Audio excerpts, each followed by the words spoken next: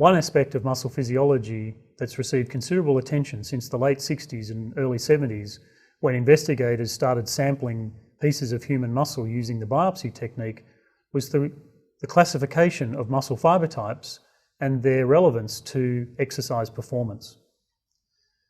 The muscle biopsy technique was introduced by some Scandinavian researchers to exercise physiology research in the late 60s. It involves taking a small piece of muscle using a specialised needle under local anaesthesia. In this case, you can see the needle inserted into a muscle of the lower leg to extract a small piece of muscle. And you can see in this picture here, the muscle being removed from the needle. This piece of muscle can be mounted in special chemicals and analysed for histochemistry. It can be frozen and later analysed biochemically or using immunoblots to characterise the protein concentrations of various key enzymes. This technique is widely used in exercise physiology research today to obtain pieces of muscle as part of research programs examining a whole range of aspects of exercise effects on muscle. In relation to muscle fibre types, there are two main categories, slow twitch and fast twitch. The fast twitch fibres, in human muscle at least, can be further subdivided into two subcategories, and we'll come back to that in a moment. The traditional way of typing these muscles is to mount a piece of muscle obtained from a muscle biopsy in a special medium, to then cut it in a cryostat, and then to stain for an important enzyme in muscle, the myosin ATPase. The activity of this enzyme is differentially sensitive to acid or alkali, depending on what fibre type it's in. If you pre-incubate the muscle section in acid, the type 2 or the fast twitch fibres lose their myosin ATPase activity, so that when you stain for that, you see a dark stain. So on the left-hand side of this, with the acid pre-incubation at 4.6 and staining for myosin ATPase, you can see the type 1 fibres or slow twitch fibres. If you reverse the pre-incubation and do that in alkali and then stain for myosin ATPase in the next section, you can see the reversal of the staining intensity. The fast twitch fibres now stain darkly, and the slow twitch fibres have a less intense stain. And this was the way in which muscle fibre type distributions were measured and estimated in human samples for many years. In recent years, with the development of antibodies to specific proteins in muscle, another approach is to characterise muscle fibres using an immunoblotting approach with specific antibodies. In this image, we have 5 individual single fibres dissected from a muscle sample obtained from a muscle biopsy. They're then blotted with antibodies to either the type 1 myosin heavy chain or the type 2 myosin heavy chain. And you can see these 3 fibres have the type 1 myosin heavy chain, so they're type 1 fibres, and these 2 fibres have the myosin heavy chain 2 protein, and they're type 2 or fast twitch fibres. You can also see the fibre type differences in another important protein that's involved in muscle contraction, troponin C. Troponin C is the protein that interacts with calcium and the actin and myosin filaments within muscle, and you can see that there are fast and slow isoforms of this protein which are expressed in the appropriate fibre type manner. If we characterise the fibre types that are found in human skeletal muscle, as I said, there are 2 main types, type 1 and type 2, and the type 2 can be subdivided into 2A and 2X. It's important to note that the differences between individual fibres in human skeletal muscle are much less than you see in rodents or other experimental animals that have been studied, where there are much larger extremes and bigger differences between the individual fibre types. The table here summarises the differences in characteristics between these various fibre types. The alternate names for type 1 you can see are often referred to as the slow oxidative or the slow twitch. The type 2A, the fast oxidative glycolytic, or type fast twitch A. And in the past, the 2X fibres have often been referred to as fast twitch B. In most limb skeletal muscles in a human, there is no 2B myosin heavy chain. It's found in some animals and in some of the very fast contracting muscles of the eye. But in most limb skeletal muscles, what used to be known as 2B is really the 2X myosin heavy chain isoform. You can see differences in the mechanical properties of these fibre types. The force and power output is higher in the type 2 fibres, and in contrast, the endurance capacity or the fatigability is higher, the fatigability is less in the type 1 fibres. This relates in part to the mitochondrial differences and the supply of blood. So the type 1 fibres are more dependent on the oxidative energy system.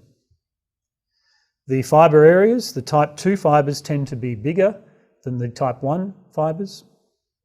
And if you look at the distribution roughly in an untrained vastus lateralis, a muscle of the thigh, it's usually about 50-50 fast twitch, slow twitch.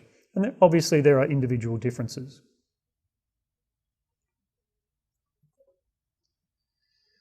The functional significance of these different fibre types plays out when you look at how they're utilised during exercise. And if we look at how muscle fibres are recruited to contribute to the increased force requirements as we move from light exercise to moderate intensity exercise to very intense exercise, this is really governed by what we know as the size principle. Those motor neurons that are the smallest and innervate the slow twitch fibres are activated first. So at the lower exercise intensities, we have primary reliance on the slow twitch fibres. As we increase the exercise intensity and the force requirements of the activity, we increase the recruitment of slow twitch fibres so that more of those fibres are activated, but then we also increase the recruitment of the 2A fibres initially. And as we approach maximal levels, we start to recruit the 2X fibres, or as in this graph, designated as the 2B fibres. One of the early ways that was utilised to assess the recruitment of fibre types was to measure the glycogen levels. And this was done using the histochemistry, so you would characterise the fibres according to their myosin ATPase using that acid and alkaline pre-incubation. And then you would stain the fibre with a chemical known as PAS, which would stain the glycogen content. And then you could measure that at various times during exercise. And you can see here the change in glycogen within these individual fibre types. You can also note the numbers of fibres that were counted. And what should be readily apparent is how labour intensive this was in the early days. Fortunately, in more recent times, there are computer software packages that scan images and make this a much more efficient task. But what you can see from this rather complex slide is that as you move from low to medium to high, you start to rely more on a greater proportion of the slow twitch fibres and more of the fast twitch fibres. So this, in human exercise physiology, was the method used for many years to see which muscle fibres were recruited during different types of exercise, different modalities, different intensities, different durations. And there's a considerable literature that's looked at muscle fibre recruitment during exercise.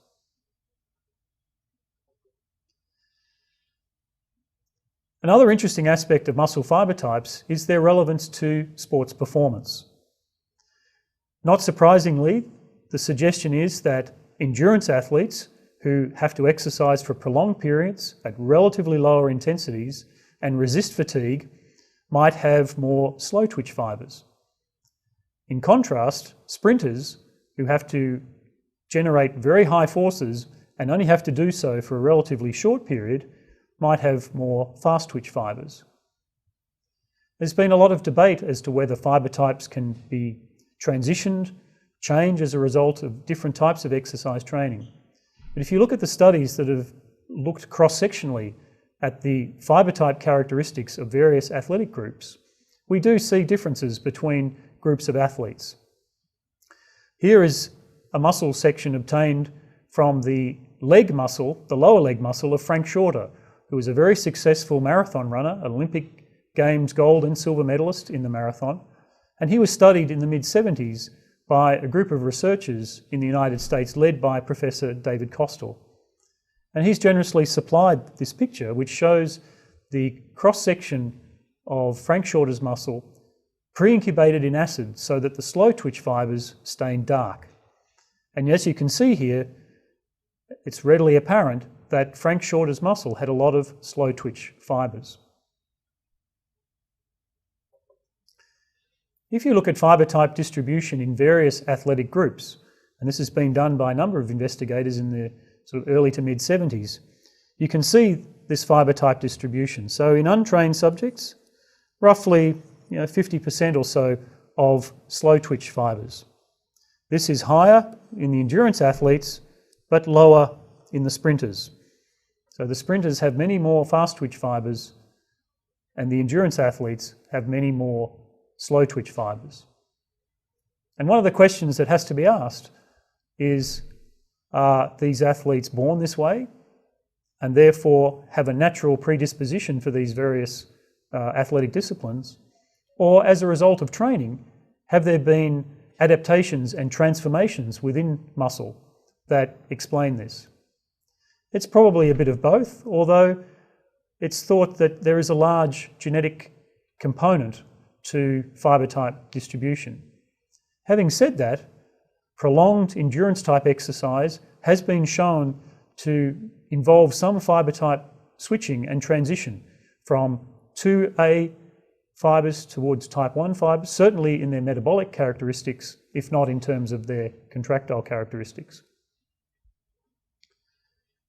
An interesting aspect and an interesting study involved looking at different types of athletes in different events.